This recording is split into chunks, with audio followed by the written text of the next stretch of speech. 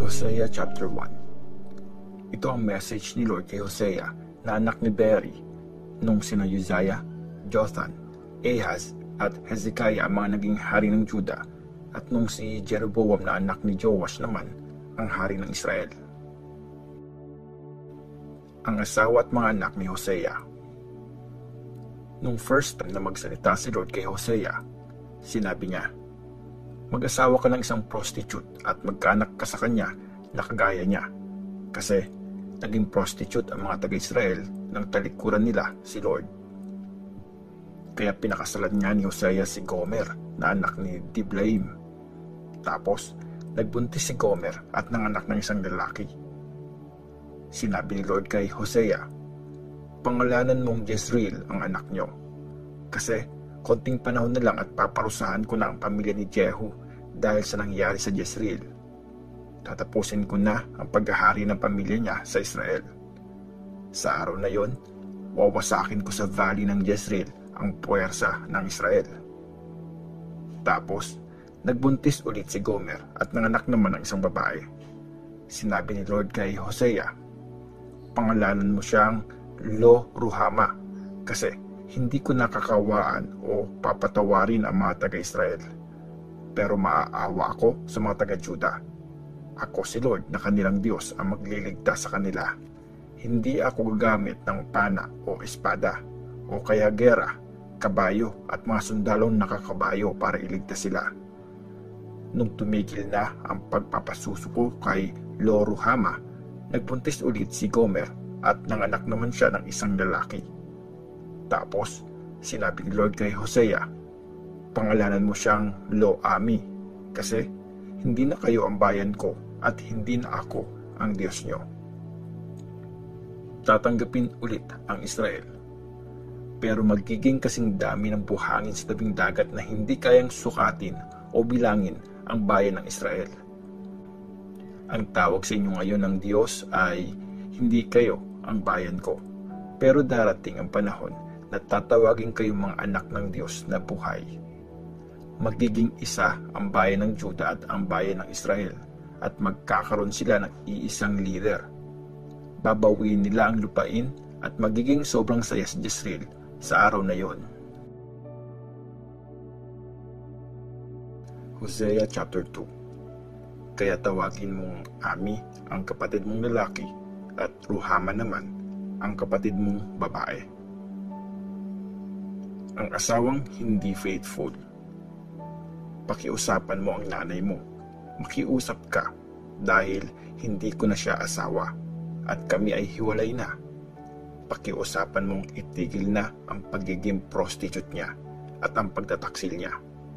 Kung hindi, tatanggalan ko siya ng damit at huhubaran gaya nung araw na ipanganak siya, at gagawin ko siyang parang desert at ituturing na tuyot na lupa, at sa matinding uhaw, mamamatay siya. Hindi rin ako maaawa sa mga anak niya, kasi mga bunga sila ng kataksilan niya. Walang hiyang prostitute ang nanay nila. Ang nagbuntis sa kanila ay kahiya-hiya. Sabi niya, hahabulin ko yung mga kalaguyo ko. Pinapakain nila ako at pinapainom. Binibihisan ng wool at linen. Binibigyan ng mga olive oil at wine na maiinom. Kaya naman, maglalagay ako ng mga tinik sa lalakaran niya at magtatayo ng pader sa paligid niya para di niya makita ang daanan niya. Hahabulin niya ang mga kalaguyo niya pero hindi sila maaabutan. Hahanapin sila pero hindi niya matatagpuan. Sa kanya marirealize, babalik na ako sa tunay kong asawa kasi mas maayos ang lagay ko nun kesa ngayon. Di kasi niya nire-recognize na ako ang nagbibigay ng oil, wine at tinapay at nagre-regalo sa kanya ng maraming gold at silver na kay Baal niya ino-offer. Kaya ang harvest niya ay aking babawiin, ang mga butil na kanyang kinakain pati ang kanilang mga wine. Kukunin ko din sa kanya ang wool at linen na suot niya. I-expose ko ang kahihiyan niya sa harap ng mga kalaguyo niya, at sa kamay ko walang makakapagligtas sa kanya. Tatapusin ko ang lahat ng kanyang mga celebration, mga piyesta, mga Sabbath, mga New Moon Festival, at lahat ng piyestang kanyang sinet. Sisirain ko ang kanyang mga ubasan at mga fig tree, dahil lagi niyang sinasabi, bayad ito sa akin. Binigay ito ng mga kalaguyo ko sa akin. Gagawin ko ang mga ito na parang gubat at mababangis na hayop ang kakain. Dahil sa mga piyesta ng mga Baal ay paparusahan ko siya, kasi nag-offer siya ng insenso para sa kanila. Gamit ang mga singsing at mga alahas na pampaganda, hinabol niya ang mga kalaguyo niya. Tapos, kinalimutan niya ako. Ito ang sabi ni Lord. Ang pagmamahal ni Lord. Kaya ngayon, siya ay liligawan ko, at sa desert siya ay dadalhin ko, at doon siya ay susuyuin ko. Doon, ibabalik ko ang mga ubasan niya, at ang valley ng Acor ay gagawin kong pintuan ng pag-asa. Doon siya sasagot gaya ng mga araw na kabataan niya, nung time na umalis siya mula sa Egypt. Sinabi ni Lord, sa araw na yon, tatawagin mo akong asawa ko, imbes na Baal ko. Aalisin ko kasi sa kanyang mga labi ang mga pangalan ni Baal, at hindi niya na ito muling babanggitin pa. Mangangako ako sa araw na yon, sa harap ng mga mababangis na hayop, mga ibon sa langit, at sa mga hayop na gumagapang sa lupa. Tapos, tatanggalin ko rin sa lupain ang pana, espada, at gera, at hahayaan kita magpahinga ng ligtas. Ikaw ang magiging asawa ko forever. Magiging totoo at tapat ako sa iyo. Wagas na pagmamahal at awa ang ibibigay ko sa iyo. Magiging faithful ako sa iyo, at kikilalanin mo ako nga si Lord. Sa araw na yun ay sasagot ako, sabi ni Lord. Sasabihan ko ang langit at sasagot naman ang lupa. Sasagana ang lupa sa mga butil ng pagkain, sa mga wine at sa oil, at sasagana ang Jezreel. Tapos, itatanim ko siya sa lupain para maging akin. Maaawa ako kay Lu Rohama at sasabihin ko kay Lo Ami, ikaw ang bayan ko. At sasagot naman sila, ikaw po ang Diyos namin. Hosea chapter 3. Pagmamahal sa babaeng hindi faithful. Sinabi ulit ni Lord sa akin, umalis ka at magmahal ka ng isang babae na may kaluguyo, yung babaeng hindi faithful sa asawa niya. Ganito ang pagmamahal ni Lord sa bayang Israel. Kahit pa nag-worship sila sa ibang Diyos at mahilig mag-offer ng tinapay na may pasas. Kaya nagbayad ako ng 15 pieces ng silver at halos 150 kilos ng barley para bilhin siya. Tapos, sabi ko sa kanya, huwag kang magmahal ng iba o makipag-sex sa ibang lalaki.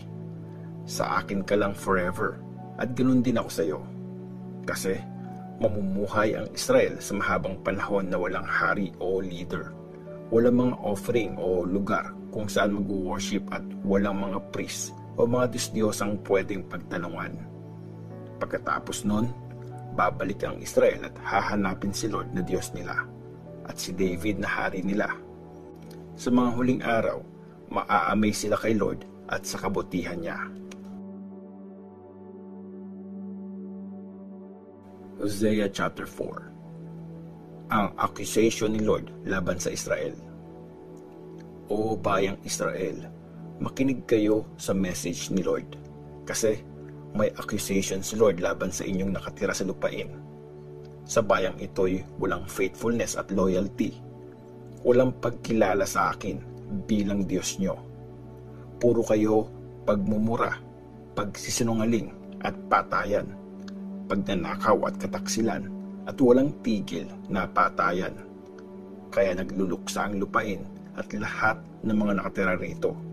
Naghihirap ang damdamin, pati na ang mga hayop na mailap at mga ibon sa alapaap, maging ang mga isda sa dagat, lahat sila ay naghihirap. Kasalanan ng mga priest. Pero huwag magbintang sa sinuman. Huwag niyong sisihin ang inyong kababayan dahil kayo mga priest ang inaakusahan ko. Araw at gabi, madadapa kayo. Ang mga prophets, matitisod na kasama nyo. At ang nanay nyo ay wawasakin ko. Dahil ayaw akong kilalanin, nawasak ang aking bayan. Inayawan din nila ang tamang karunungan. Kayo mga priest, nireject nyo ang mga utos ko. Kaya ngayon, nire-reject ko kayo, pati na rin ang mga anak nyo. Habang dumadami sila, lalo silang nagkakasala sa akin. Ipinagpalit nila ang kanilang honor sa kahihiyan. Ine-encourage nyo pang magkasala ang bayan ko para yumaman kayo sa mga offering nila. Kung anong parusa ko sa mga tao, ganon din ang sa inyo mga priest. Parurusahan at pagbabayarin ko kayo sa lahat ng kasamaang ginawa nyo. Kakain kayo pero hindi mabubusog. Kung kani-kanino kayo makikipag-sex pero hindi makakabuntis. Kasi iniwan nyo si Lord at sa mga Diyos-Diyosan, naging prostitute kayo. Ang pag-worship ng Israel sa mga Diyos-Diyosan. Wala kayo sa tamang pag-iisip kasi nagpaka-prostitute kayo sa mga Diyos-Diyosan at nagpakalasing sa lahat ng klaseng wine. Sa piraso ng kahoy, humihingi ng advice ang bayan ko at ordinaryong tungkod ang nagbibigay ng payo. Dahil sa pagiging prostitute, naligaw sila at piniling maging prostitute kaysa mag-worship sa Diyos nila.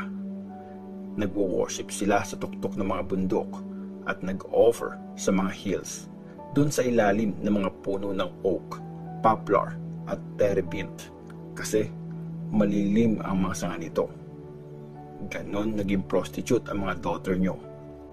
Ang mga daughter-in-law nyo nag-commit ng adultery. Kahit prostitute sila, di ko parurusahan ang mga daughter ninyo. Kahit nag-commit sila ng adultery, di ko parurusahan ang mga daughter-in-law nyo. Kasi kahit mga lalaki sa mga prostitutes pumapatol at nag-worship kasama ng mga prostitutes sa temple. Ganito nawawasak ang taong walang pangunawa. Kahit pa naging prostitute ka, o Israel, huwag mong idamay ang Juda sa kasalanan mo. Huwag kang pumasok sa Gilgal, o kaya umakyat sa Bethaven. Tapos, huwag ka rin mag-promise ng habang buhay si Lord. Gaya ng bakang matigas ang ulo, ganon din ang Israel. Pwede ba silang pakainin ni Lord gaya ng isang tupa na nasa malawak na pastulan? Sa mga Diyos-Diyosan, dumidikit si Ephraim. Pabayaan niyo siya. Pag natapos ang kanilang paglalasing, puro pakikipag-sex ang inaatupag. Mas mahal nila ang kahalayan kesa karangalan. Bibihagin sila na parang tangay ng hangin. At dahil sa mga altar ng mga Diyos-Diyosan nila, lahat sila tiyak na mapapahiya.